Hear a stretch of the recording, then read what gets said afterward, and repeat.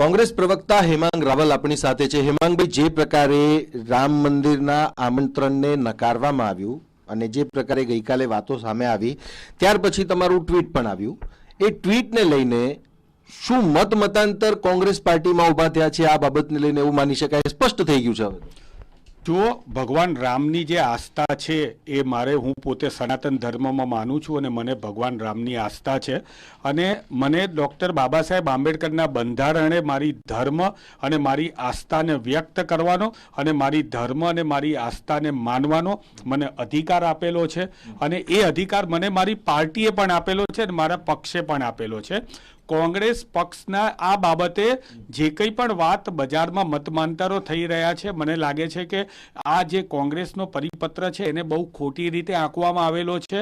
અમારા પ્રદેશ પ્રમુખ માનનીય શક્તિસિંહ ગોયલે સ્પષ્ટ જણાવ્યું છે કે અમે યોગ્ય સમયે રામ ભગવાનને આસ્થામાં માનીએ છીએ અને અમે યોગ્ય સમયે રામ ભગવાનના દર્શન કરવા જઈશું। સામે મેં કહ્યું છે કે હું પણ ભગવાન રામના દર્શન કરવા ઈચ્છું છું અને મારે પણ મેં પ્રણ કરેલો છે, સંકલ્પ કરેલો છે કે હું ભગવાન રામના જલ્દીથી દર્શન કરું। કોંગ્રેસ એ ધર્મનિરપેક્ષ પક્ષ છે, એનો મતલબ એ છે કે દરેક ધર્મની અંદર આસ્થા ધરાવે છે અને એ જે આસ્થા જે છે એ આસ્થા મારી પોતાની આસ્થા સનાતન ધર્મમાં ભગવાન રામમાં છે અને મારી પક્ષે દરેકે દરેક લોકોને એક પણ કાર્યકર્તાને મારા પક્ષ દ્વારા એવું કહેવામાં નથી આવ્યું કે મારા પક્ષ દ્વારા એવું કદાચ કહેવામાં નથી આવ્યું, કદાપી કહેવામાં નથી આવ્યું કે આ જે મારો કાર્યક્રમ છે એની અંદર કોઈ જાય નહીં। અમારા કોંગ્રેસના યુપી બિહારના લાખો કાર્યકર્તાઓ અત્યારે અયોધ્યા તરફ આગળ વધી રહ્યા છે અને આ જે લાખો કાર્યકર્તાઓ અયોધ્યા તરફ આગળ વધી રહ્યા છે એની શ્રૃંખલામાં યુપી કોંગ્રેસ દ્વારા 14મી જાન્યુઆરીએ લખનૌથી યુપીના કોંગ્રેસ ભવનથી યુપીના ત્યાંના અમારા પ્રદેશ પ્રમુખ અજય રાય, અમારા ત્યાંના પાંડેજી, અમારા નિરીક્ષક અને કોંગ્રેસનું શીર્ષસ્થ નેતૃત્વ અયોધ્યાના દર્શને જઈ રહ્યું છે।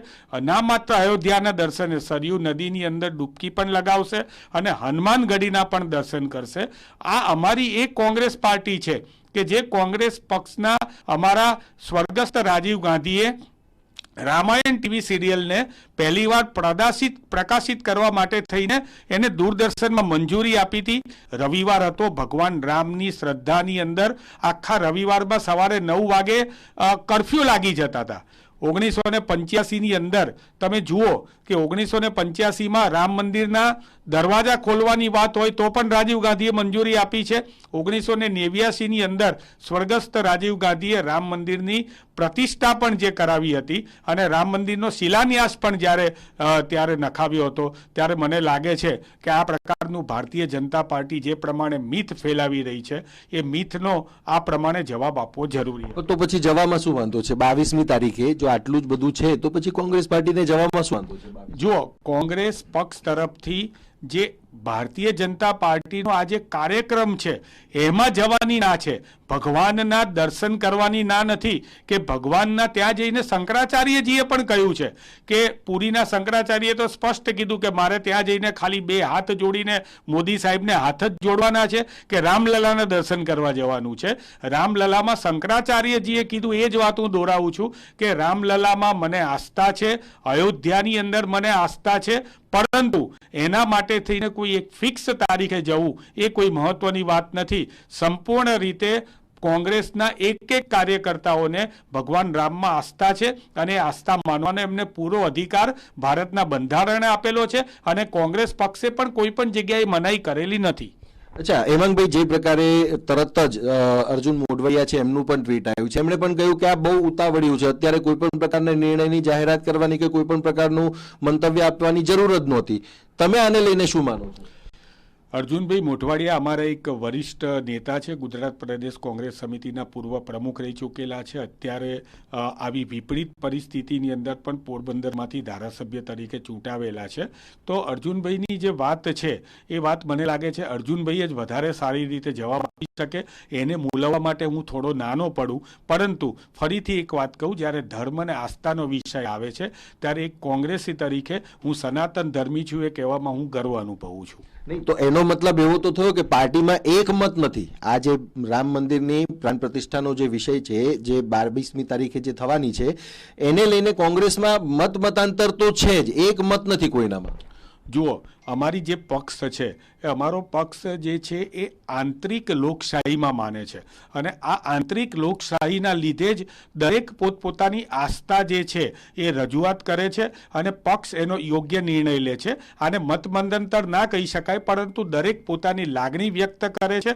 પરંતુ અમારા માટે કોંગ્રેસ પક્ષ સાથેનું જે કોંગ્રેસની વિચારધારા છે, જે કોંગ્રેસની વિચારધારા દેશને એક રાખવાની છે, કોંગ્રેસની વિચારધારા સામાજિક ન્યાય અપાવવાની છે, કોંગ્રેસની વિચારધારા ધર્મનિરપેક્ષ વિચારધારા છે.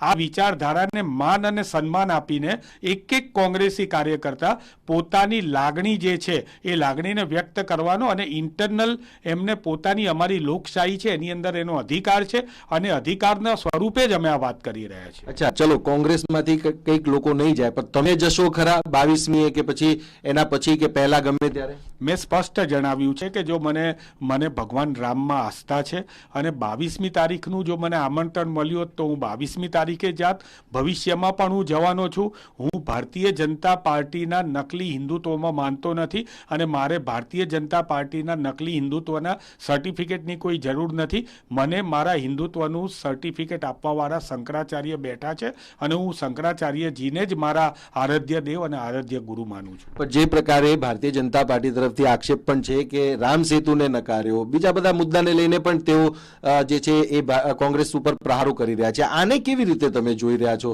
અને આને કેવી રીતે તમે ડિફેન્ડ કરશો? જો ભાજપના બતાવવાના દાંત અને ચાવવાના દાંત અલગ છે.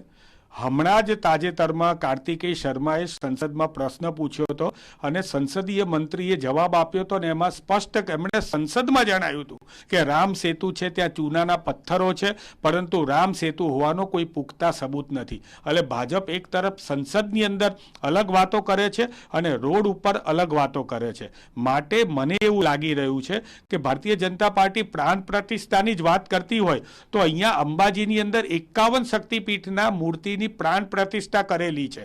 એક વખત પ્રાણ પ્રતિષ્ઠા થયા પછી એ મૂર્તિમાં પ્રાણ હોય અને પ્રાણની અંદર શાસ્ત્રોક્ત ધર્મમાં લખેલું છે કે મૂર્તિને રોજ તમારે એમને ભોજ આપવો પડે, ભોજન કરાવવું પડે. આજે અંબાજીની અંદર ત્યાંના કલેક્ટરે કોરોના પછી એ 51 શક્તિપીઠની અંદર જ્યાં પ્રાણ પ્રતિષ્ઠા થયેલી મૂર્તિ છે એને ભોજન આપવાનું બંધ કરી દીધું છે. 51 શક્તિપીઠના માત્ર 31 બ્રાહ્મણ પૂજારીઓ જે છે એ 51 શક્તિપીઠના મંદિરોની સાર સંભાળ રાખે છે. ત્યાંના ગુજરાતના ટુરિઝમ દ્વારા જે ત્યાંનો લાઇટ એન્ડ સાઉન્ડ શો છે એમાં એવું કહેવામાં આવે છે કે આ નરેન્દ્ર મોદીનું સપનું હતું, નરેન્દ્ર મોદીની અભિરથ હતો અને અહીંયા જે 51